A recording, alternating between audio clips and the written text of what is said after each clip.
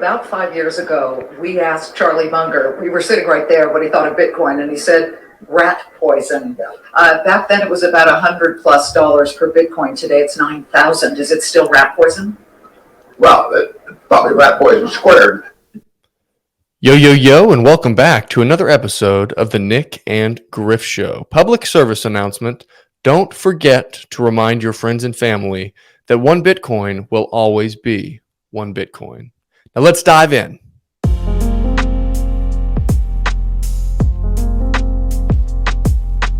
Today is Saturday, October 15th, and we are excited to be here on another Saturday morning. Griff, how's your week been? And what do you think about Bitcoin here recently? Nick, week has been good. Me and Nick just had a great interview with our recurring guest, Kyle Jackson, who is like our resident smart guy. I guess that's what we'll call him, our resident smart guy. But that conversation got me fired up. My week was good. Work's a grind. Business is a grind. Business is not easy in times like this, but it is fun. Bitcoin is doing well, hit a new all-time high this week. And that's what I'm going to keep paying attention to in this bear market. It's like, how long can the network continue to grow? When you're talking about hash rate, is that correct? Yes. Yeah. And I mean, like, gotta love that. But week was good, man. How was yours? Dude, it was really good. We had some really good stuff going on in the business. Got some good projects moving in the right direction. Got a lot of stuff in pre-construction. So super excited about all that kind of stuff. You did just mention hash rate. So for those of you guys that don't know what hash rate is the amount of computational power that is being fed into the Bitcoin network. And so what that means is as the hash rate increases, that means that the network becomes stronger. So having a high hash rate is really good. So that's what that means there for those of you guys that don't know what hash rate is. Also, right now, today, it is 10:09 a.m. and Central Standard Time, and the price of Bitcoin is $19,150.72. But Griff, you know what I'm excited about jumping into? It's tweets of the week. This has been kind of a fun one, I think, here recently, just because it's been kind of a fun way to interact with the Bitcoin network, right? So let's pull up a couple of these tweets here. One second here. Some of our top contenders, we've got 4 of them this week, and I think that they're all really good and have really good topics kind of behind them here. So let's jump into this. First one here is from a guest we've had on the show, Mr. Dennis Porter from the Satoshi Action Fund. His tweet here says, I just met a professor who uses the Bitcoin standard as a required textbook for their class. Griff, this is one that you and I have talked about a little bit. You and I took our fair share of economic classes, a few of them together. And we've talked about on the podcast before that, dude, we didn't have any idea what money was. We didn't understand any of that stuff. We had no foundational information and knowledge about that. And I think that this is incredible. I think that, economic students reading the Bitcoin standard is an awesome thing to do. What money is, I don't consider myself smart, but I would consider myself well educated, at least on a lot of economic topics. And don't get me wrong, economics at this point, my opinion on what is economics. Economics is everything. Economics is everything. So you can never stop learning more about it. And so my theory is, yeah, Nick, like it was kind of BS that we never learned throughout our entire time getting an economics degree from a big 4-year university. Quality education. What is money? And when I got into Bitcoin, obviously, it was like, what is money? And that conversation, that like Twitter thread from Breedlove, just like understanding, I'm like, oh, like money is something that can change. Like it's subjective, I guess, in a sense. And that like unlocked a lot for me because economics in a sense is subjective. We're taught that like big government shouts what money is at us. That's what money is. That's not what money is. That's not how money works. And that's how it, and unfortunately it'd be nice actually, I think, if that's how it would work, but unfortunately money has a mind of its own. So that's really cool because it is going to broaden the perspectives of young people. And whether Bitcoin is right or not, like whether you believe in it or not, you should believe in the open education of just learning, like, hey, if you want to learn about it, here you go. And it's good because economics is theory. there's no fact, it's theory. So Bitcoin is theory. Sure. And the Bitcoin standard should be required. I mean, what is money? So Absolutely. cool. So I thought that was a fun one here. The Look next at piece Richard Hart here, underneath that. You see that fool? Did you see yeah, that? I did see that. He says, "How to lose money 101." This guy, he has got this dude is Richard Hart is another character. He is something else. If you guys don't know who this guy is, he's a creator of Hex. Go look him up. He's quite the entertainment. Clown. Next piece here is another one from Bitcoin Archive. You know, it's tough because Bitcoin Archive really does. They post all kinds of, you know, headlines and topics and stuff, and I think that there's a lot of great information in Bitcoin Archive. So go check those guys out. But this tweet says breaking. You know, I think that the breaking piece is funny. That people were getting all over everybody for doing that stuff a while back. But it says Google partners with Coinbase to accept cryptocurrency payments for cloud services. I think that this is huge. I mean, you know, let's assume that just a couple of these huge companies like Google, like Apple, get on board with Bitcoin and I guess crypto, but Bitcoin to start building out the infrastructure that is needed to be built out. Dude, I mean, how quick could this thing go up? Not the number go up, but the infrastructure go up. How quickly could we build out the infrastructure to make payments with Bitcoin an everyday thing? I actually saw another one. I think it was from Bitcoin Archive as well that said MasterCard and Visa are partnering with somebody else or something to try to make paying with Bitcoin and cryptocurrencies a regular everyday thing. And so, anyways, I think the idea behind this is really, really interesting. Now, who knows what Google and Coinbase got going together on the back end?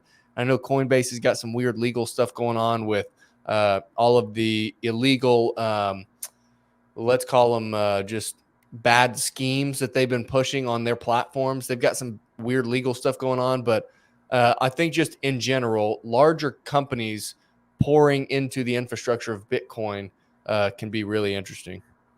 I don't know, man. I mean, at the end of the day, are you surprised or am I surprised that Google or Apple would try to dilute Bitcoin with cryptocurrency payments for cloud services?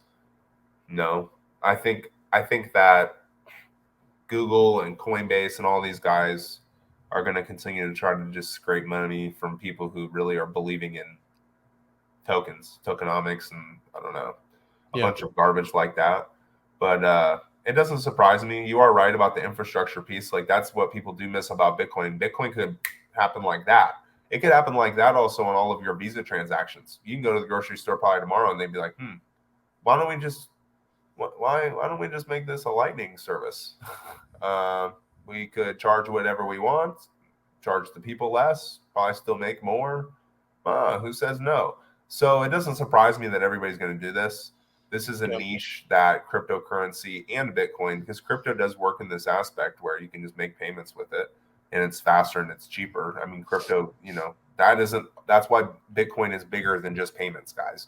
But yeah, I mean, if they do cryptocurrency payments, then we'll probably have a cheaper transaction fee, but you're not going to catch a lot of people, you know, paying in what? Ethereum? Like, then all of a sudden you have to get involved with the Ethereum network. So my challenge to Google is have fun with that. Have fun with the legality of that. Like, have fun with somebody paying in like Doge and then you lose it, like, you know, or like paying in Tether or paying in, what if they paid in, what did that do? Terra Luna. What if they do Terra Luna because it's a stable coin? So funny. I know everybody's learned their lesson, but that's my thought on it. Who cares, bro? I mean, at the end of the day, this is what we're talking about. People will get wrecked. And I mean, Google can get wrecked too. They're just a company. They have built something amazing, but the internet is more amazing than Google. You know, who cares? For sure. But yeah, that's my thought. Another top contender here for tweet of the week is one from Stack Hodler. It says, big news, companies can value Bitcoin at its current market price in financial statements. Until now, if Bitcoin fell in price, it looked like a loss. And if it rose in price, they couldn't mark the value up unless they sold. Big for corporate adoption. And then it posts a Wall Street Journal article giving more detail and context to his statements here. This is actually a topic that we that we do talk about with Kyle here. So stay tuned, and we talk a little bit more about that in the interview with Kyle. But man, this is a huge one. I mean, just for a lot of people have talked about just regulatory clarity, because Bitcoin and crypto in general is kind of the Wild West. There's been a lot of people that just don't really want to get involved because they probably just haven't done the research themselves on what is what and who's who. But also from a legal and regulatory standpoint, there just hasn't been much clarity. And so I think that this is, although not like some huge monumental thing, I think it is a step in a really good direction. Yeah, I agree with you. I just think we were talking about this with Kyle too. Money is Bitcoin. Bitcoin is money. Money is a utility. Money is more of a utility than a lot of things. This helps Bitcoin become money. Bitcoin's not money yet, really, to a lot of people, but this really does help Bitcoin become money on that corporate level, which is important and cool. And accounting will be around forever, guys. I mean, Bitcoin is a distributed ledger technology for public accounting and all those kinds of things. There will still be private accounting and corporate accounting and all different types. Accounting is very important. Keeping the records of these corporations is very, very important. This just allows it so that accounting, which is one of the biggest things in the world's history, accounting is important. As boring as it is in college, it is one of the most important things that you can do. This is cool. It's cool. It's going to keep Bitcoin on the record books, and it puts it in my opinion, I think in yours as well, the correct light. So yeah, it's cool. Yep, big for corporate adoption. I agree, Stack Hodler. And without further ado, the tweet of the week, the number one rank here, is again from Stack Hodler at Stack Hodler on Twitter. I love this idea. He says, Russia invades Ukraine. China invades Taiwan. U.S. cuts them from the SWIFT system. All assets crater. Rates negative. Money printer full blast. EU wrecked by energy prices. 20% plus inflation. Dollar system crumbles. Hyperinflation occurs.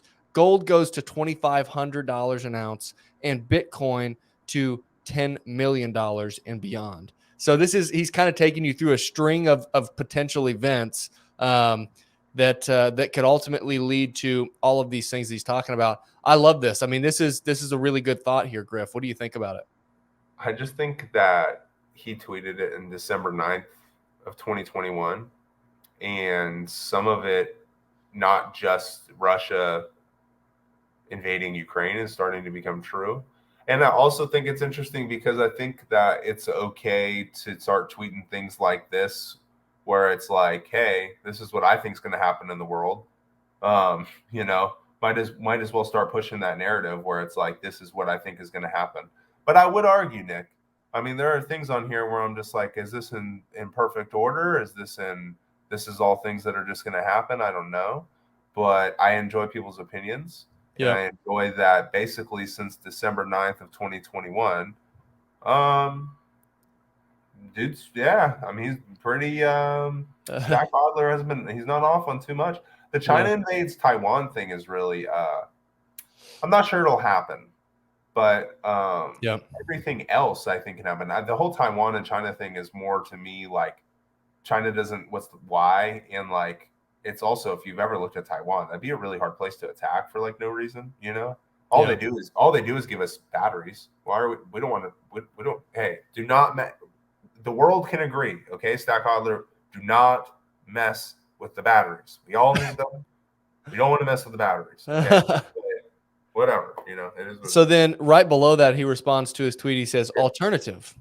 Right before dollar system crumbles, IMF, central banks, and the New World Order pull the plug, and we get our cyber pandemic and subsequent IMF digital currency only available for the boosted, he says. He says he puts a check mark here on EU getting wrecked by energy prices, but the pain is just beginning. Inflation hitting hard in the U.S. too. Gas prices skyrocketing everywhere. Euro stocks in a free fall this week, and this is the week of March 4th. He says Fed still has yet to raise rates. Gulp. Now we know that the Fed has has increased rates drastically. Another thing that we haven't talked about that I wanted to talk about a little bit, but we kind of ran out of time, was that here in the United States, the 30-year fixed rate mortgage has hit a 20-year high, and that rate is anywhere between I think it's like 6.7% and 7.05% is what I've seen based in different sources. So that's interesting now. He says, I'm buying Bitcoin, gold, supplies, and keeping some CHF, which I'm not sure what CHF is. He says, further, he responds to himself, an hourglass. He says 20% plus inflation. In quotes, it says, in April 2022, the selling prices in wholesale trade rose by 23.8% compared to April in 2021. This was the highest annual rate of change since the beginning of the calculation of the wholesale price indices in 1962. And provides a link for an article on that.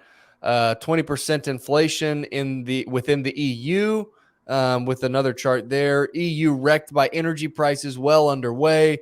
Quoting another tweet here. It's an interesting deal that he's got going here, and I really like the thread there. So tweet of the week goes to @StackHodler here on his tweet. Love it, and yeah, I don't know if I've got any other thoughts here on that, but man, I thought that the tweets of the week here were pretty good this week. Yeah, and everybody should probably enjoy this interview that we have coming up here with Kyle. Just going to be a wall of different topics, between money being a utility, being how close are we to a CBDC, the Inflation Reduction Act talk, story of money, or is it a story of government going on? Like, what is actually playing out in the world?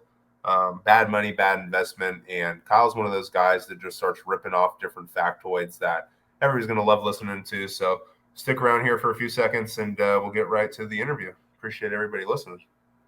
Today, we are excited to have the second appearance of one of my favorite people. I know it's one of Griff's favorite people. Super smart and sharp guy. He's probably one of the better thinkers that I know. Probably top like 3 thinkers that I know for sure. Really excited to have him on the show again. And I don't want to waste any more time because he's got a little bit of time constraint today. Without further ado, Kyle, welcome back onto the show. How are you doing, man? Man, I'm doing great. Enjoying life. And there's a lot of stuff going on. So for a guy that loves kind of diving into politics and economics and finance stuff, it's really exciting because there are a lot of things going on, but there are a lot of troubling things going on too. So it really makes for fun conversation, and I love sharing information and informing people about things that they need to know about and how it's going to impact their lives moving forward. So, for sure. When was the last time that we talked? When was our last interview? It was that May? I think that might have been May. Yeah, a couple months back at this point. It's amazing how much has happened since then, and how much hasn't happened since then. I guess also at the same time. Yeah. I don't know. I mean, it is interesting. Kyle's my favorite guest, just for clarity, because we have a lot more listeners than we did in May. Because Kyle is an encyclopedia of information for everybody listening. And he might not have like 1,000 Twitter followers, but that's pretty much just because he doesn't throw out all of his information onto Twitter, but he will put it onto this podcast. So that is true. Nick, it's funny. Kyle and I got a deal going. So for those of you guys that don't know, Kyle and I do work together. But when we're in the office, I mean, a couple of times a week, I'll walk in, Kyle, what's going on in the world today? Anything good? Anything good going on? And we'll hang out, chat a little bit, while we're working and doing our stuff. And man, it's always fun because, Griff and I do this podcast every weekend, and we get to hang out and chat and talk about this stuff. And we're more like economics, finance minded, and more so ingrained in that world. But Kyle gets into a lot of the politics and the macro stuff that's going on in the world. And I think he brings a really fun perspective. But Kyle, let's get into some of these topics here that we've got prepared. One that you and I actually talked about this week is fair value accounting. So this week, the Financial Accounting Standards Board said that companies should use fair value accounting for measuring Bitcoin. Before this, companies had to report unrealized losses, but could only report gains if they sold their holdings. Fair value accounting now allows companies to report the value of their Bitcoin at the going market rate. And Kyle, you're accounting guy. So I got to get your take on this and what the impact of this really is. Well, that's what's been interesting. We've had this conversation that they have determined that Bitcoin is an asset, and it's an intangible asset. And regardless of how you want to parse that, the only way to determine the value of it is to have an economic value. And it has a value. It has a, just like a stock, it has a going market value. But they've not been allowing you to use that to determine whether it's gain value or lost value. Well, I guess they have allowed you to lose value in it, but they haven't allowed you to recognize gain, which is really in an asset, is where a company gets its leverage to be able to increase flows of income, increase lending limits, and all that. So what's interesting to me is that they've classified it in a way, but not let it operate by the same standards as other assets of the same class. And so that's what's weird. How they've been handling it's really a big unknown for a lot of these regulatory agencies, and they are lagging indicators on the treatment of it in the accounting side. And this really makes perfect sense because it is allowing its value on the books to match the accounting processes that are in place for all of the other types of assets in the same class. You know, one of the tweets that we saw this week was about Google partnering with Coinbase to offer crypto or to accept crypto payments for cloud services. In that example, or with this in mind and that example in mind, do you think that this is really going to push more companies, I guess, with the clarity to start holding Bitcoin and other cryptos? Because this was not just Bitcoin, it was Bitcoin and crypto. But we're talking about Bitcoin because Bitcoin is the one and the only crypto. Do you think that this is going to incentivize more people to hold Bitcoin as an asset on their balance sheet? I think I think it may be other factors, other more politicized factors that may lead companies to decide that they want to hold Bitcoin. This is, I think, them reacting to market forces and preparing for something else. I think this is them trying to put themselves in a position to be one of the first places where you can transact with a CBDC. But it also, I mean, with the news this week about JP Morgan Chase and Bank of America just deciding that they're going to not work with other people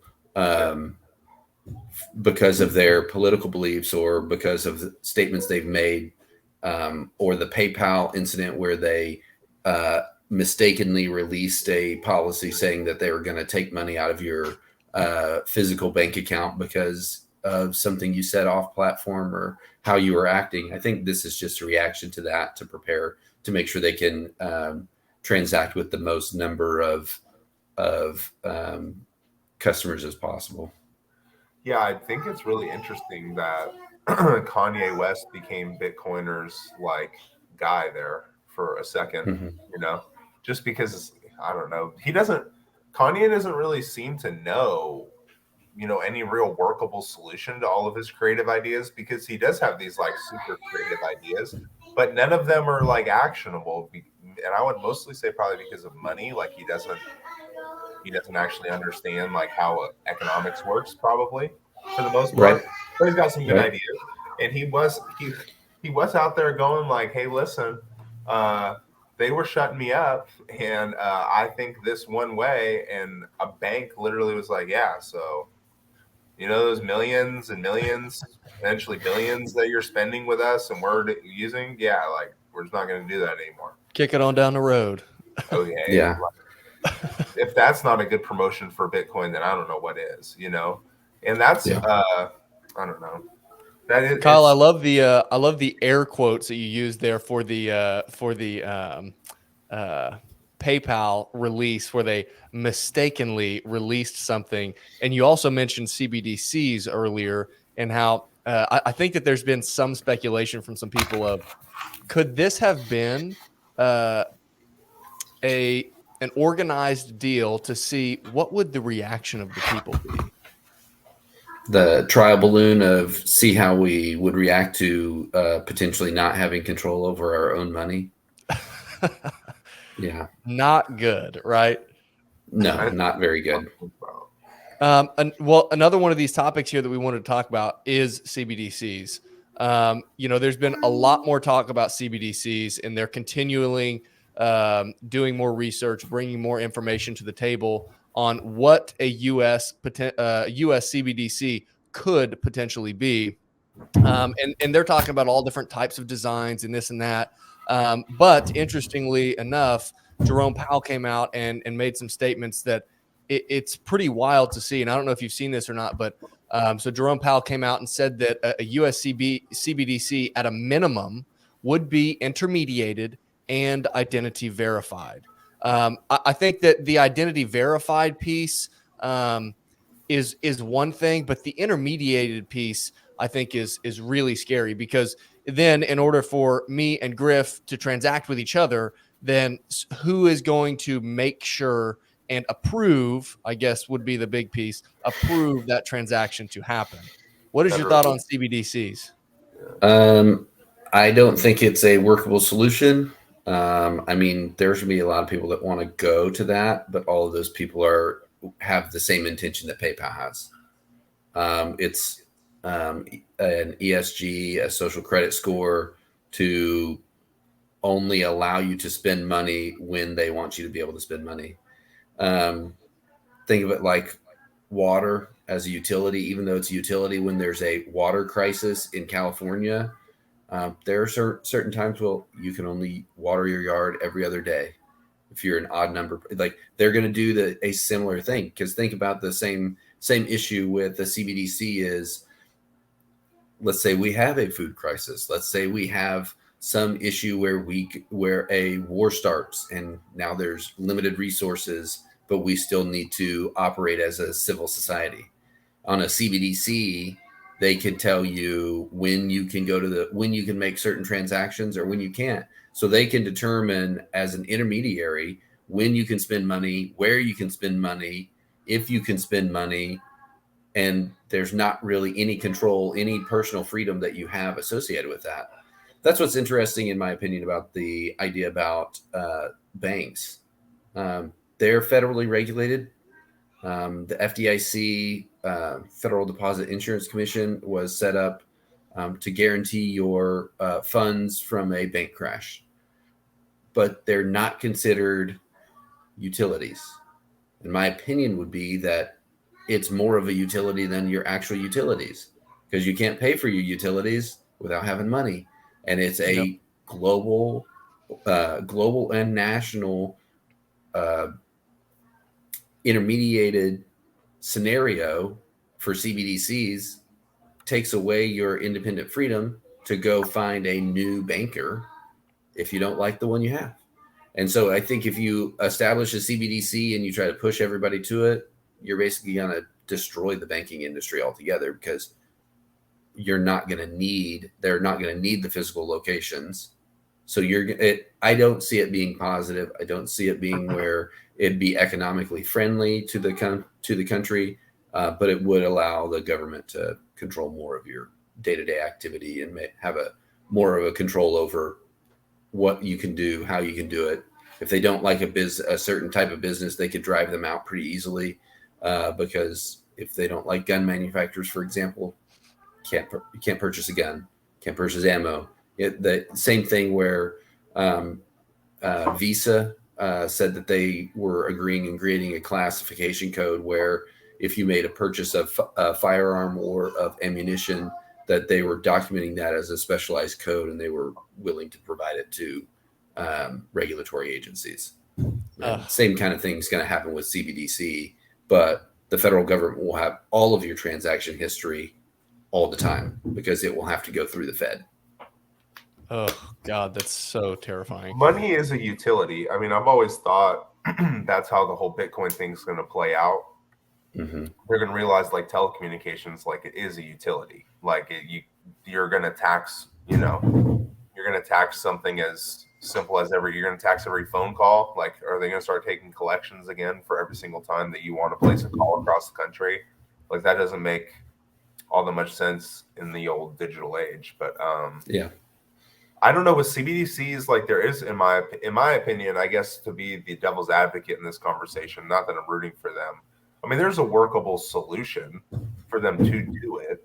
It's just that I don't understand how the regular consumer doesn't off the rip think the first 5 things Kyle just said, because those are the first 5 things that I think about. I mean, without knowing anything, those would be the first 5 things I go, and I'm like, you mean like they can turn it off and on? Yeah. You're like, I don't know about that, man. If you're just like, cash even sounds better than that, like even if they hyperinflate it, like at least you can go get more, I guess. Like at least they can't tell you yes and no. That's like the worst form of money humans can create. I mean, think about all the negative effects that could possibly have on society, just from like a creativity standpoint, because that's what governments don't understand. Like, in my opinion, they don't understand creativity. That's why the regulation can never really keep up with corporations or like what's going on. They're like, the world's too creative for regulators. That's why they're regulators. That's why they're the people who like run for Kyle. I don't know if you ran for any school competitions, but people keep saying that if you were like a president or vice president in middle school or high school or even potentially like elementary school, like you're part of the problem. You're like part of the regulators, like if you're one of those guys, like you for sure, like we're all kind of looking at you now, like do you Somebody's like, power hungry. Yeah, like we're like over what? It's like you want to put the vending machines up? All right, like you're like pretty cool, but I don't know what your guys' take on that is, but part of the whole money thing and like everything, the way this country plays out and the way Bitcoin plays out will be who gets like voted in. I think. I don't know what your guys' stance is on that.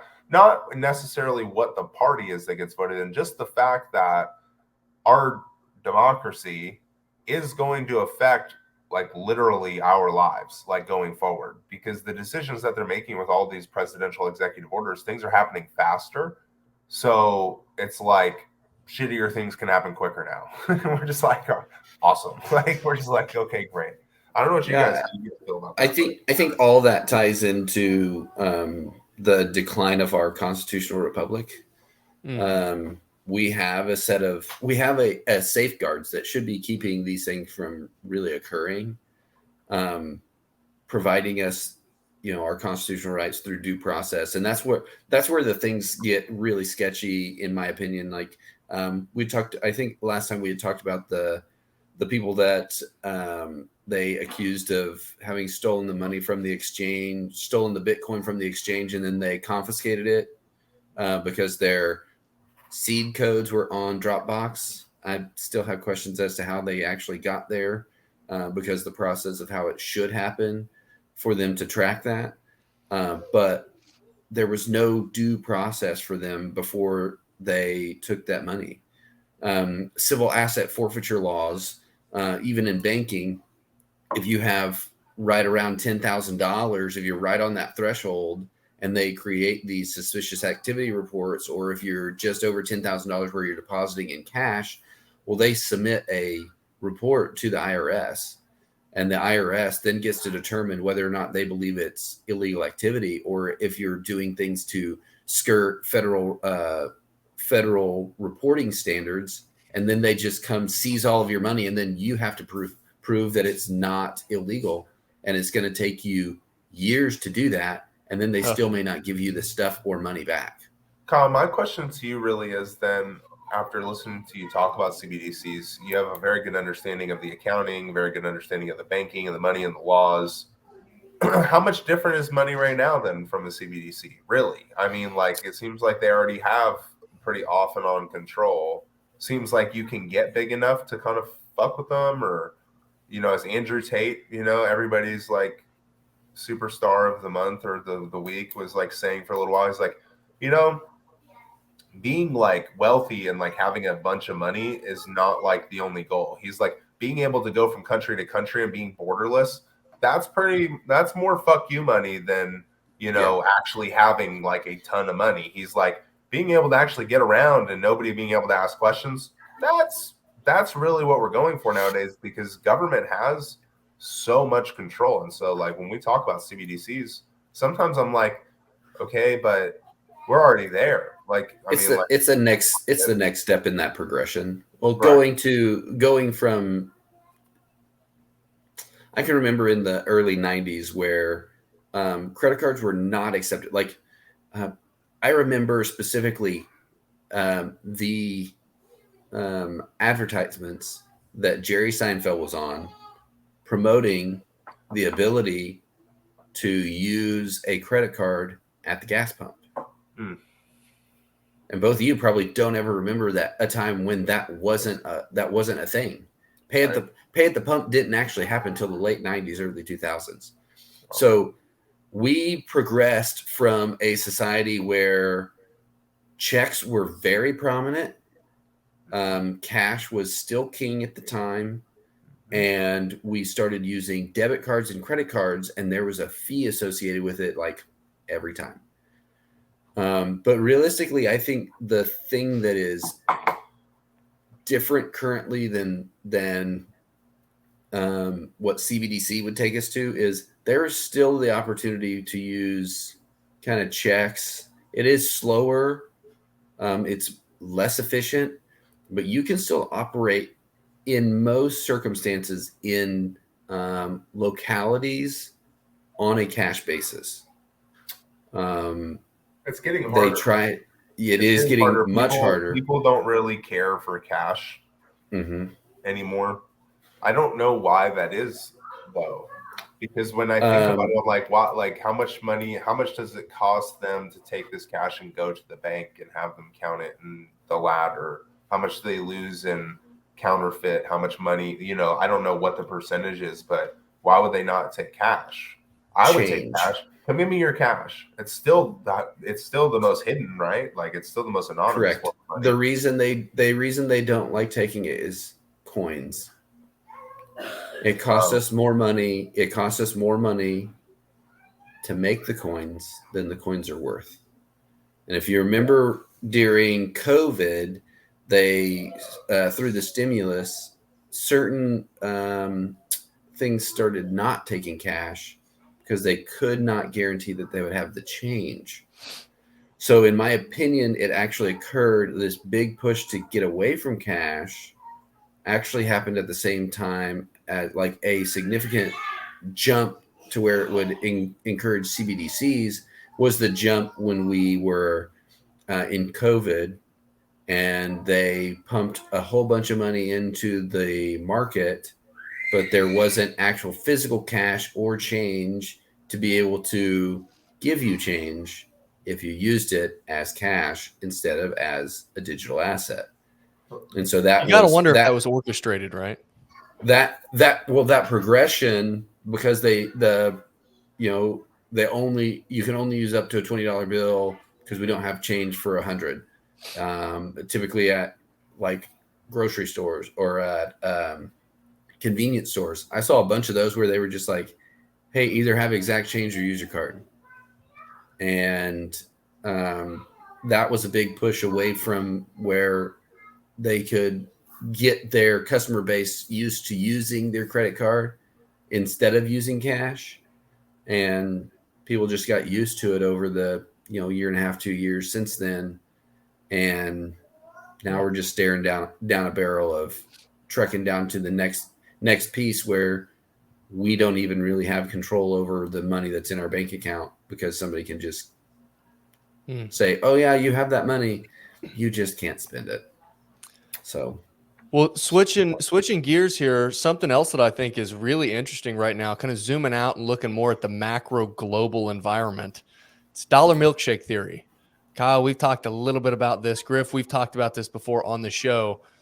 This is the theory that all currencies are failing or are falling. They are failing. They're all falling and failing in strength, relative strength, right? but that the dollar is falling at the slowest rate. Because of this, people who are currently storing wealth in currencies or assets denominated in currencies other than the dollar are fleeing to the dollar. This causes a phenomenon where the dollar increases in relative strength and everything else decreases in relative strength as self-motivated actors. That's a huge piece. As self-motivated actors seek to save their wealth. So this is an interesting one right now, and you're seeing it all over the place, right? The Cantillon effect also plays into this, where the further you are away from the money printer, the more impacted you are by inflation.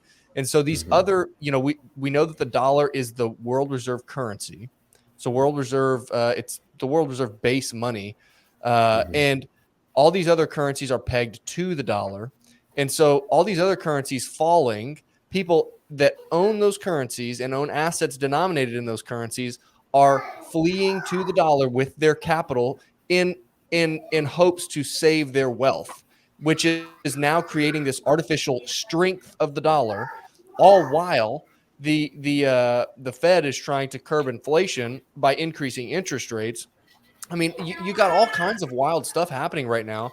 I think we saw the wild stuff a couple of weeks back with the Great British Pound and how that tanked super hard, and now they've really tightened up. And I guess there's been some concern with some of the larger, I don't know if it's banks or corporations or whatever it is over there, but they're like, hey, we need some help, and they're like, no, you're not getting help. And it's like, what are you guys doing? Are you guys acting like this is a free market or something? Like you're not going to bail them out, But what is your thought on dollar milkshake theory with the relative strength of these other currencies around the world? I think they see us as the great consumer, and we've been propping up our spending has been propping up, and our domestic spending specifically has been propping up a lot of different economies around the world. And I think what's interesting is that it's a time game right now. And because we have the most consolidation of resources in currency than other countries, we appear to be the stronger economy. Even though everybody else is sliding, we're sliding at a slower rate. But I think if we don't actively change our fiscal policies and our production policies with manufacturing, with production of energy, if we don't actively change those things, then we're headed for the same fate as everybody else. But we're losing leverage, and you'll see other countries, which I think OPEC Plus just did, is that they as the energy producers, don't have the same faith in our system as these other people that are bringing money here on the economic side, because they don't see the leverage that we have in that manner. And if we don't put ourselves in a position to have leverage over those areas, then we are going to be the last man standing, but it's not going to be long before we fall with them. If there's not some kind of adjustment in how we manufacture, how we produce goods, services, and energy to support that development. It's getting really interesting too, because in history, the United States has a history of really just telling people to piss off. Like, things get really shitty. What does America do? Piss off. Like, you want to fight? Like, we'll fight you. Like, I mean, like, it's all we got. We're like, we don't really actually have the money. An excuse to print more money? Sweet. Yeah, I don't know. I'm just saying, like, it's not really the first time America's done this in the world stage, where it's like, yeah, we don't really have the money, guys. Like, I don't know where you thought we were getting those trillions from, like, but we don't got them. Like, somebody else has them. Like, I don't know. That's kind of what it feels like some of these governments are about to do to each other. Like, that's going to have to happen, or there are literally going to be, the dollar milkshake theory is not a theory. That's what's going to happen. Somebody's going to fall over in Europe, then Japan's going to fall. Like, once Japan falls, that's when you need to go start buying like everything Walmart. Yeah. Because they buy all of our treasuries. They keep up this game. And so like they have as much power as we do, even though we're stronger. If they decide to tank it or like stop buying or stop playing the game, like we're gonna have a legitimate issue. But I just think it's funny because why don't any of the other countries do what America did back in like the 70s and go, yeah, we don't have the money. So you're just gonna have to forget about that and take some of these dollars. How about you take some of the paper money? We don't have the gold, but you can have the paper money instead. And people really took it. Like we were just like, all right, like sounds good. Thank you. Well, I think it's the development in implementation, really the implementation and furtherance of modern monetary theory really pushed forward in that time frame. And you're looking at this World Economic Forum was really developed after World War II, and they were really they were really getting their teeth sunk in and really making changes as to what their ideas were and how they were pushing forward on the world stage. This change in how economics really worked and what the ideas were there. So yeah, it's such an interesting game because at the end of the day, this money, like we talk about Bitcoin being real money because it is real money. It's tied to energy. So it is money, and money is different from debt. This is the thing that gets talked about now a lot on Twitter as well. And I really, really like it because it's true. Debt needs to be backed by something. Debt needs to be backed by government. Debt needs to be backed by gold. Debt can be backed by Bitcoin. Debt has to be backed by something. Bitcoin is money because it is an energy currency. It's not this digital, like it is this digital cryptographic, maze. And it's like, what the hell is going on here? But like, it is also just money. Like it is an actual energy currency. There is something that backs it. I don't know what governments or everybody's take is on that, but that's one of my favorite parts of it as an investor. I'm just like, well, it is money. Like it is like people are mining this. So people have a huge vested interest in this network. It is money.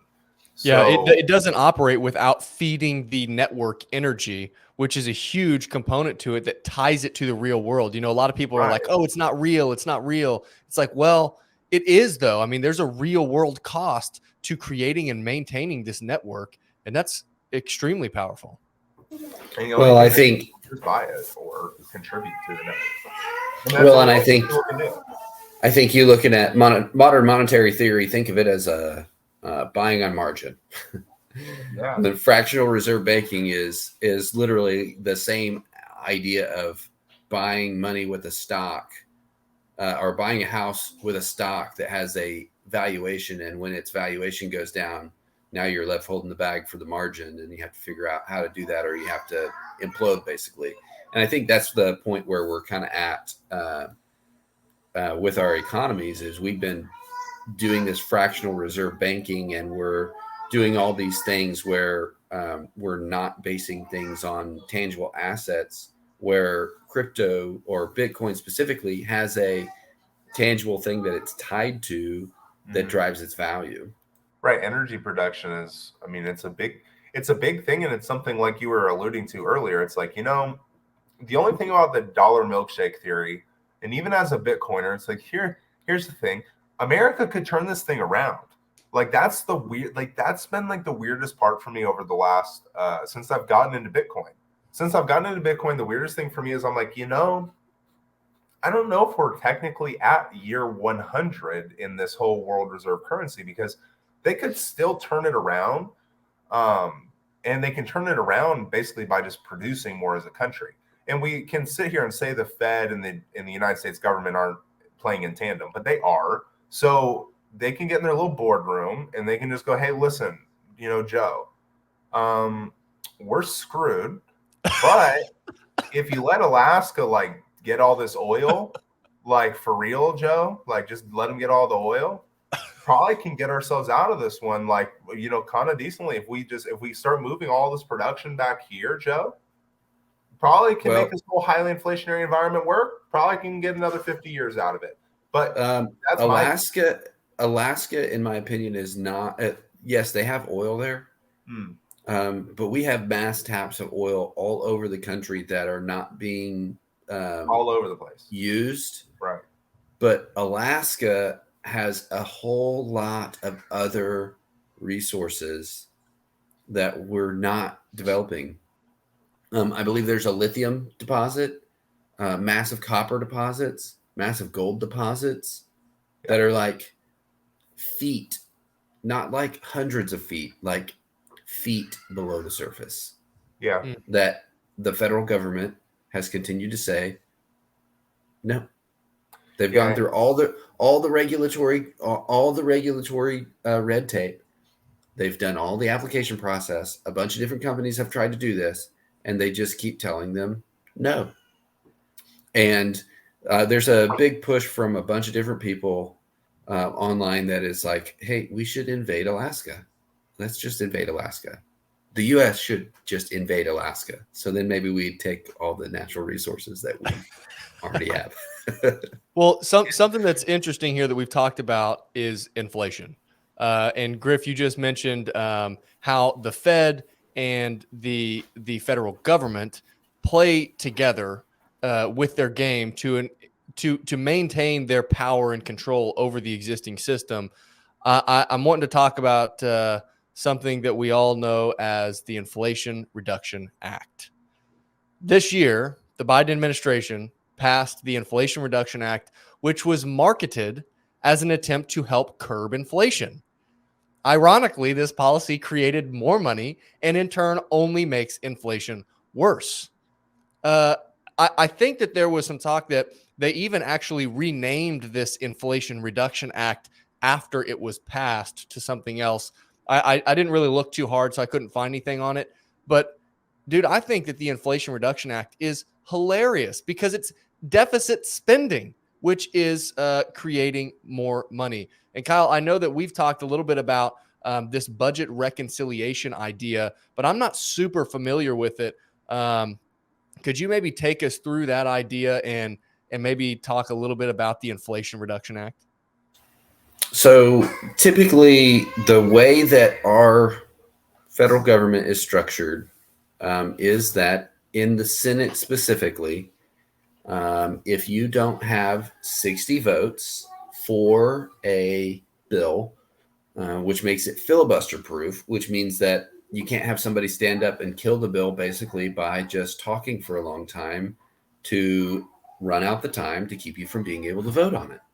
Because there's a time frame from the time where it's introduced on the House floor to the time of when it has to be voted on, or it just goes back to committee. So to get around that, they created this process called the Budget Reconciliation Act. And a Budget Reconciliation Act means that they're not creating new spending or creating a new bill. They're reallocating funds or reconciling the books. And that only requires a one-person majority. So if you have a 50-50 split along ideological lines, which the current Senate has, it means that the vice president, who is the president of the Senate, gets to make that determining vote. And the Inflation Reduction Act had a 50-50 vote. And on the budget reconciliation, Kamala Harris made the deciding vote to make it 51-50 for that bill to pass. And so realistically, it should only be reallocating of existing funds, but that's not how in practice it has worked. Because this definitely creates new spending that was not in the budget previously. And they have a limit of like 5 times per year that they can use budget reconciliation to pass legislation. Each term, according to the Sergeant at Arms for the Senate, whether or not they actually adhere to that policy, who knows? Because I don't know how you would monitor that. So, sorry, does it feel like to you that it's all great and everything, right? The Inflation Reduction Act and all these things they want to do or not want to do or whatever. Money, like you said earlier, is like money is more of a utility. Money is more of like something that is like, should be something somebody can own, right? Like money is something Correct. you should be able to own more than Correct. even water is. Like that's what we said earlier, which I agree with. Clean water takes a process. You know what I'm saying? And it takes money to clean water. So money, you should have all the rights to money though. I guess what I'm saying is like, what plays a bigger factor in the next 2, 3, 4, 5, 6, 7, 8? I don't care. Any time frame, short, medium, long term. What's playing a bigger factor? Our government's decisions or just the story of money right now in our lifetime? Like what in right now? Because obviously most of the time money in history is not the determining factor of somebody's life, because a world reserve currency lasts longer than probably most people. Yeah. So most of the time, no. But do you think that like we're living in a time where the story of money is more important than the story of government?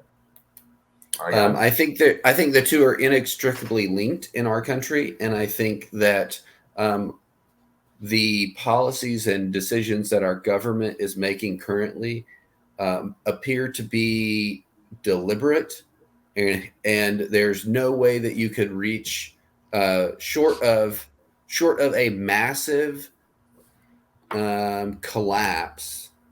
We could not see the same results as we see currently without the decisions being deliberate and the actions being taken as deliberate to create the inflation that we're seeing, to create the degradation of the money that we're seeing. So I think the decisions of our government are creating the story of money currently. But there is a money that's kind of changing that narrative, or potentially could change that narrative. Yes, because absolutely.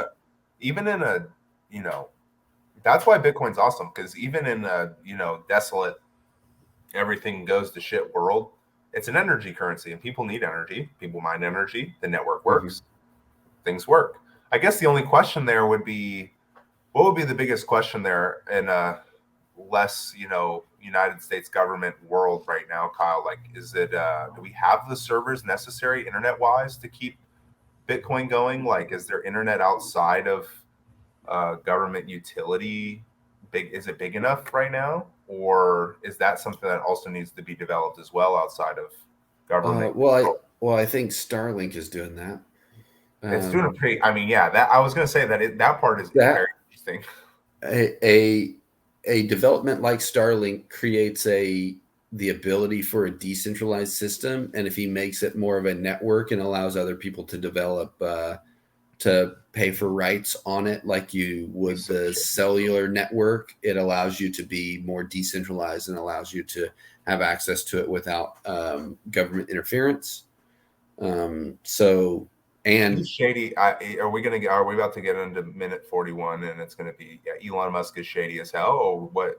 I definitely think Elon Musk is shady as hell because there's a lot of No, go ahead. I want to hear what you think. There's a lot of great things that he's doing, but there's always an element where, like Tesla, he can just shut it off. What about just shut it off? You guys SpaceX. No, not even. I mean, that's awesome too. But he was talking about, you're talking about your network with Starlink. He's alluded to the fact that he would like to build a network via Starlink called X, the everything media. Like it's the everything. And I'm like, that part of it is cool, but it's also a little bit more intimidating for somebody like me because it's like he's smart enough to understand Bitcoin and try to compete against it. Because I said this on the podcast like 20 episodes ago, and this is a narrative that I think is as strong as some others. Is Elon jealous of Bitcoin? Like, does he like Bitcoin, or is he upset that Bitcoin could potentially be more important to the world than him? And I kind of feel like he's a narcissistic asshole. And I like Elon. I mean, like you said, he's doing some incredible stuff, but he is full of himself. He does think that he's like the greatest gift. He does think that he should be putting his hand in every cookie jar. He does think that he has what it takes. And like, hey, who's to really argue with the guy at this point? He's doing a lot of cool stuff, but look at history. I mean, like guys like him build stuff and then create centralized programs and platforms, and boom, there goes your sovereignty. I mean, there goes your data, there goes all the money. So I don't know. What do you think? Well, look at is it Albert Nobel? What is do you know what he's famous for, or what's he most famous for? Nope. Most people now would say the Nobel Peace Prize. That's he funded that and created the Nobel Trust. But the guy actually was the reason he created the Nobel Peace Prize was because somebody mistakenly published his obituary while he was still alive, and they called him the Merchant of Death because he created TNT or dynamite to use for mining, and all of a sudden it became used for explosives in war. Yeah. And so I think everything that we have created, there's always actors and things in that want to determine if it can be used to subjugate someone else. And I think that's an interesting aspect of human history, is that there's never been a time when people have not been attempting to subjugate someone else or conquer someone else until more recent history. And now it's not really lands, it's your economic freedom, it's your ability to create, it's your ability to survive in a world that's decentralized is the thing that appears to be under attack, to be able to take away from you, to be able to conquer from you. Individual sovereignty is something that individual sovereignty and freedom is something that's been very problematic for central planners and controllers throughout history. It's one of the reasons that in socialist and Marxist or communist governments and creations, that it's one of the first things to go, is because they can't have you thinking freely, they can't have you acting freely, they can't have you independent of their control and their input. So this brings up for Elon Musk, I think he does great things, but he has influences around him, and I think there's a definite ability for him to be manipulated into putting himself in a position to think that he's more important than everybody else. Yeah, it's hard to believe anybody's this altruistic, I'm just building technology for the world person. Would love to believe it, but guess what? Tony Stark is the best iteration of that in world history, and even he was a little, he was kind of an asshole, kind of kept it to himself, kind of screwed a lot of shit up, and then he gave his life for everything. But he only gave his life for everything after he screwed everything up. So, and I think that goes into I think there's a law of unintended consequences. You do something that's altruistic, you do something that is good in your eyes, or fixes the situation in front of you, but you don't know what situation it causes in the future, or what situation it makes degrades or takes away from, that you don't see, or that's not right in front of you. That's one of the things about not being omnipotent, not being all-knowing. We're human, and unfortunately we're always going to be in a scenario where decisions are complicated and they have unintended consequences that we, because of the definition of it, we can't see everything that it's going to impact. And time may be the only thing that indicates how that's going to play out and how that's going to make the difference. So, speaking of unintended consequences, last piece here, Kyle, because I know you got to head out here soon. I want to talk just real quick about bad money creating bad investment, and people misallocating capital due to the money being bad and creating distortions in the market. So I got to read you here a little excerpt from a book titled Bitcoin and Exponential Freedom by J.S. I think it's Leary. But here it says, gold leaks energy at a rate of approximately 2% per year, meaning that after approximately 35 years of owning gold, you will have lost your half of your economic energy. Then 35 years after, you will have lost another half of your economic energy.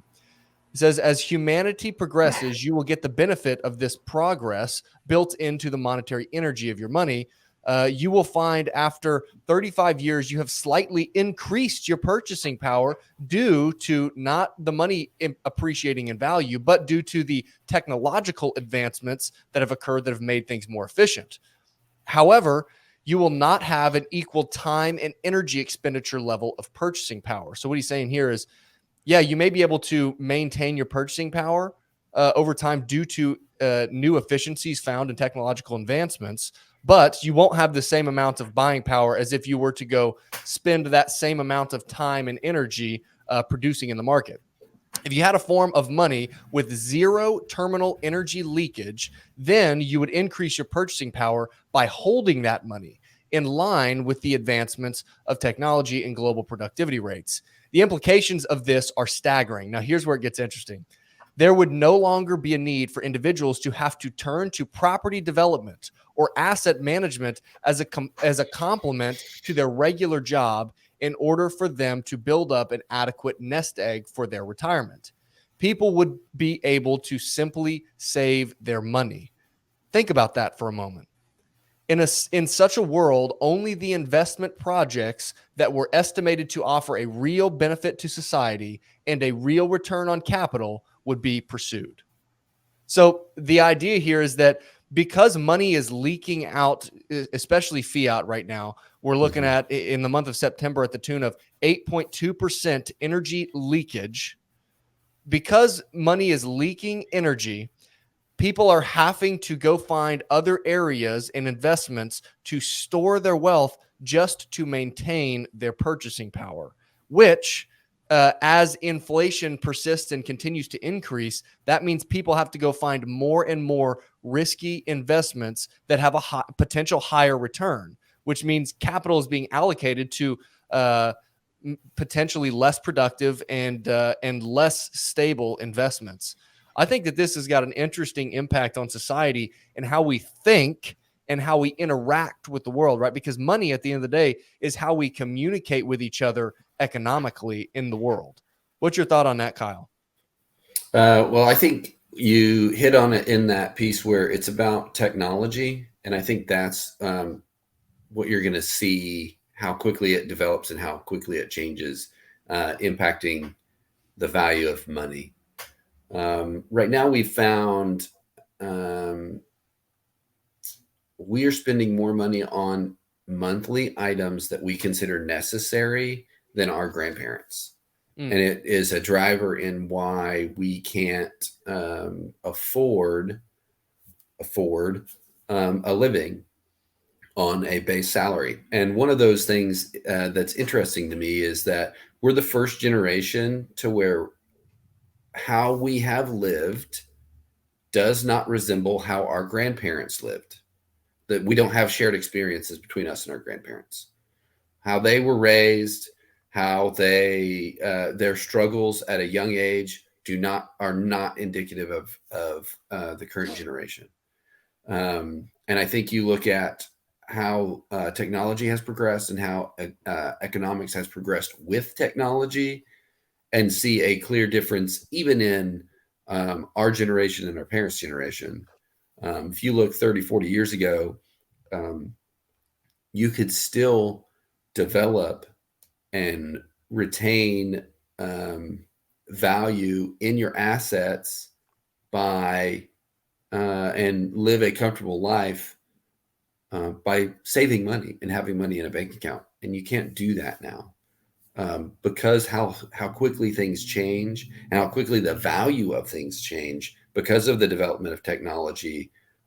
What was a good investment in 2000, that same company may not be worth anything now because it just is not keeping up with the progression of technology and the progression of desires of the consumer. And so you don't have these companies like Google is not a very old company. Apple is not realistically not a very old company in the grand scheme of things.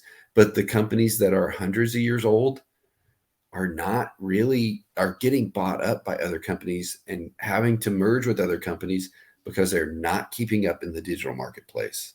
And so that time preference of money that you talk about really is driving this factor of people needing additional forms of income just to maintain their current buying power, because how we've developed has created an incentive to spend money now, because our developments and our investment in those developments from the government standpoint of creating money in the market to increase the valuation of those things and to streamline research and development has really caused kind of a two-edged sword, where it really progresses things to where we're living a life now where none of us are sitting in the same room, but we're all talking, and we can film it and we can produce it for content for other people to digest and be informed.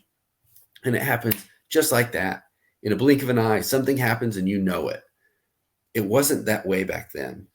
Yeah. But because of those advancements in technology and that investment, increasing the money supply has driven us to a point where our time preference on money and our, like I said, fractional reserve banking is like we're making a margin investment in something. And so now we have to, it is accruing interest at this rate. So we have to accrue interest at this rate to make that money worth it, or we're going to lose money, or we're going to find ourselves in a position where we end up bankrupt. And I think our entire economy is built on that same principle, which puts us in this position of having a increased time preference and having to be more risky with our money, because we're making a bad investment in this currency. Oh, Griff, you're muted. muted, Griff. I was just saying, what a great question, because it's like money at the smallest level affects everything about society, and money also at the biggest level, the corporate level, which I argue the corporations have been more important than governments for quite a bit of time now, especially since the digital age. Like the digital age has made it possible. Just look at what the Trilateral Commission wanted in the 70s and all the rich people wanted. They wanted the world to be like it is right now. I don't know if they wanted it to be quite unstable, but big money and corporations have wanted a globalized society for a long time, because is it about governments or is it about corporations? What's it about? And like, what are the rules to the game of the world? And I'd argue that, money is the only important thing that really matters. I mean, look at every war is really fought over who has control over what money is. And whoever really controls that, he who controls the present controls the past, he who controls the past controls the future. Bitcoin, didn't we say that on the last podcast? Like Orwellian's theory, Bitcoin has the potential to actually break that statement in and of itself. But that is as big as that is why it is almost as innovative as anything else. It changes like how we keep history, how there's a record of things, because currently it's just told by the winners. And the winners right now are going to be the central bankers. They're going to be the people with all of the money. If there is some mass global recession, pretty sure you're going to find out who the actual Rockefellers are and who you'll find out pretty quick. Like they're not gonna lose, guys. Like they're gonna probably have Bitcoin. They probably got Ethereum. They probably got freaking everything. Probably got every currency in the world. I mean, like people have figured out the game because this money game has been going on for thousands of years. I mean, like thousands. We think we have the history of money. We think we know a lot of things about history. So, and who's to know how old the game of money really, really is? And like Bitcoin does change that. So to Kyle's point, like as much as it affects corporations, Bitcoin really does change things on that big of a level too. Like it is something they have to factor in at this point. It's big, it's here, it's not going anywhere. And it's very interesting. I mean, I don't know why they wouldn't like it either. I don't know about you guys, but if I were like a billionaire, I'd be like, could be good. I don't know. Like, could be bad. Because it's decentralized. They can't be. Isn't that what they want? Like, isn't that what they want? Is a world where governments are still like? Do you feel like governments are still in these guys' way? Like, I mean, no, not at all. No. It's a puppet game. That's a silly question to ask you. Who are the three economic advisors for the White House? President Biden and Kamala I Harris. don't know the answer to this, but I'm going to go BlackRock. They're executives at JP BlackRock. Morgan. Yeah. They're all 3 executives at BlackRock. That's crazy. It's just crazy that there's this big private organization where it's just like, yeah, so like, what is this? And nah, that's nothing. Like, it's just BlackRock. It's just there, guys. No, I think you go back to we talked about the auto industry previously. The last time I was on Detroit and the auto industry, the trust busting that they did with Standard Oil and Gas, and then went into different things. The same thing is happening in the digital spectrum right now. There are players at the table: Google, Apple, Twitter, Facebook, Meta. These guys are trying to get at the table. The digital to world be the ones. Well, they're doing the same thing that happened in Detroit in the 60s. They are, or I guess it was earlier than that, 30s, 40s, where there were the big 3 manufacturers: Chrysler, GM, Ford. Those 3 companies were the ones that worked with regulatory agencies and set the regulations. They set the compliance mechanisms for their industry so that they could drive out all of the lower competition, because they could absorb the cost of adhering to these new policies. So they were manipulating the government into compliance, saying that it was a good regulation to have to drive out competition. And so the same thing is happening in this digital space with YouTube, Facebook, Meta, Apple, like Google. All of these companies are trying to drive this regulation so that they have a monopoly. And once they have a monopoly on information and they have ties into the politicians, they're going to control it. It's an oligarch type of game where you see heads of industry running, basically being the ones that run the departments that regulate them. Yeah, that's a really interesting point. And that's why Bitcoin is also so important, because it gives the potential for you to make money in a marketplace that competes with Apple. And currently, the only way we've been able to create marketplaces really as humans is building civilizations and then building societies. Like, that's the only way we've been able to do it. Bitcoin connects. I mean, dude, Bitcoin connects anybody. As long as you have an internet connection, it doesn't even matter where you are or what you do. You are participating in the marketplace. And that's what I've been telling people recently, and I do feel this way, whether it's iOS or whether it's Twitter or whether it's Facebook, it doesn't really matter to me. Any centralized platform that the Bitcoin world will compete with over the next 20 years, I think it'll win. I think that there will be a telecommunications company that goes, iOS really isn't that complicated, guys. Right. Why are we just subjecting ourselves to this? Like, it will happen, because something like the inflation game plays out. All of a sudden, you can't even afford the $19 rent on your iPhone. You know, people are going to have problems, and Bitcoin is going to be the only marketplace that's allowing, like Nick has brought up, that's allowing great innovation. I mean, even right now, these are the toughest times. I mean, think about if Bitcoin was a country, things would not be good in Bitcoin country really right now, except for the fact that the hash rate's at an all-time high. Developers are coming onto the network at an all-time high. In regards to overall money supply, like it'd be like Amazon in 2000. You know, Bitcoin's kind of winding up, but I just think it's interesting that we talk about all these big companies, because Bitcoin does give the world a chance to at least compete with them now. We didn't have a chance before Bitcoin to compete with Apple, because Apple controls the game of that whole game. Like, they control the whole thing. With Google, like, they kind of fight, like, I guess it's 2 or 3, but now with Bitcoin, since there's nobody making the rules of this game anymore, and it's just money, you know, somebody could come along anybody really. Someone come along, change the game. Somebody in another country come along and change the game. Telling you, well, I think how far off removed from El Salvador, Nick? Me and you are hopping on down there like 3 weeks. Like, things get a little hairy. Kyle, you can come along with us. I don't think a lot of us are that far away from moving to South America. All it would take is some better infrastructure, some more money going down there.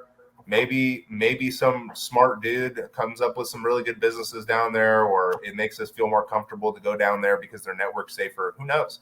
But honestly, you're telling me people don't want to leave this thing at this point? I mean, like, I want to leave. I'm tired of being here, but it's whatever. Well, and I think that drives drives the point home about the fact that the peer-to-peer transactions, the efficiency of Bitcoin and that type of a network is what scares the central planners. They don't like the idea that you can get around them, that you don't have to go to them. It's the same thing about if you look at what the internet was, what YouTube was like, what Twitter was like, what Facebook was like, what these digital town squares were like in the mid 2000s, in 2010, 2011. And then once you start getting into the 2015, 2016, 2017 on to current, they have found where they can't control the narrative. They can't control the flow of information. Yep. So they have to change regulation. They have to change the algorithm. They have to change who they're partnering with to try and control this flow of information to best benefit them. And I think the same is true about money. They don't like Bitcoin. They don't like cryptocurrencies that are decentralized because they cannot control who spends it. It's why they don't like cash. They can't control how it's spent. They can't control who has it. They can't control, for the most part, how you use it. And if they can't control those things, then you are not. Yeah, you can't. They can't control you and peg you into a piece in society that fits their narrative. Yep. Wow. So, Kyle, it's always a pleasure to have you on. I always love hearing your perspective on these different topics. You're always welcome on the show, as we've said before. I know that we went a little bit over time here, but man, excited to have you on again at some point in the future, and I'm excited to listen to this episode back again. Yeah, and I always look forward to sharing what I can, and good to see you guys. Beautiful. All right, man. Well, have a great rest of your Saturday, and I'll see you on Monday morning. All right. Best of luck, guys. See you, Kyle. Thanks, Kyle. What a fun time, man. Yeah, he's just really he's so knowledgeable, and it kind of sucks, because guys like that, those are the ones that should have big Twitter accounts, and that he pays attention, he listens, he has good thoughts, he doesn't get swayed by my theatrics, doesn't really seem to have, but he doesn't, you know what I'm saying? He doesn't really seem to have too much of there's no way to get him off his rock. He just sees it for what it is. Yeah. And those are the people that you should trust. That's why I like having Kyle on here, because it reaffirms to me. I'm like, Kyle, is he a Bitcoiner? I don't know, but he's smart as hell. And Bitcoiners like people who are smart. And Kyle likes Bitcoin. He just probably doesn't. And smart people eventually do come around and figure out what, the real true impact of what Bitcoin is. And Kyle he's right on the trail. I mean, I don't know that Kyle's 100% dedicated. As far as I know, he's not, but he's not far away from it making sense for him to be 100% dedicated. Well, because he's when we're talking, he's talking about a world that they want, and then there's a world that Bitcoin is trying to keep a hold of, and he wants to be a part of the world that Bitcoin's trying to keep a hold of. A lot of people do, and it's really interesting to talk to him, just because it's there's so many freaking topics, and they're not all Bitcoin topics, but that just goes to show you how deep money is. But yeah, I really, really enjoyed the interview. I always enjoy Kyle. He's kind of like a resident guest that we just have on. But yeah, I thought it was great. I don't know about you. I don't know if we have any closing thoughts for the interview aspect of this deal. But it was pretty cool.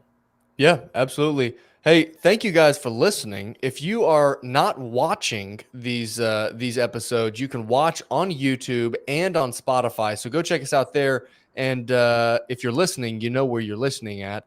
But we would love to chat with you and talk. We also post all of our clips from our podcast on Twitter. Come check us out at Nyc Griff Show on Twitter. That is at NYC AND GRIFFSHOW, Nyc and Griff Show, all spelled out. If you also go to nycandgriffshow.com, that's spelled out the same way, that'll shoot you to our link tree, has all of our links to all of our platforms there. You can find everything there as well. This has been another episode of the Nyc and Griff Show, and we will see you next time. Peace.